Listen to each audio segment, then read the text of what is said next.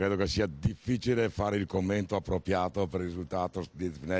eccezionale stratosferico che abbiamo avuto alle europee, un 34,4 a livello nazionale, e il nostro Veneto 1 su 2 ha votato Lega, siamo oltre il 49%. Credo che i cittadini e gli elettori hanno premiato la coerenza della Lega, essere sempre sul pezzo, non tradire, essere coerenti e rispettare la parola data ha pagato. Secondo lei il tema autonomia ha inciso su questo voto?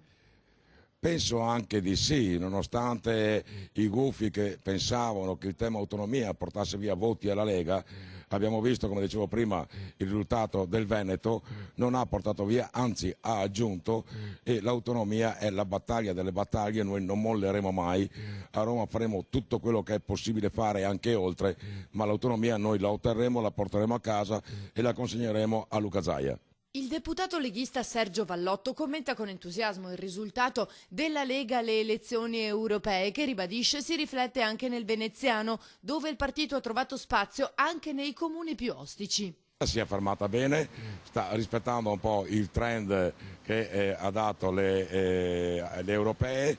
la Lega sta tenendo bene dappertutto e quindi anche su questo campo io credo che dobbiamo esprimere soddisfazione importante.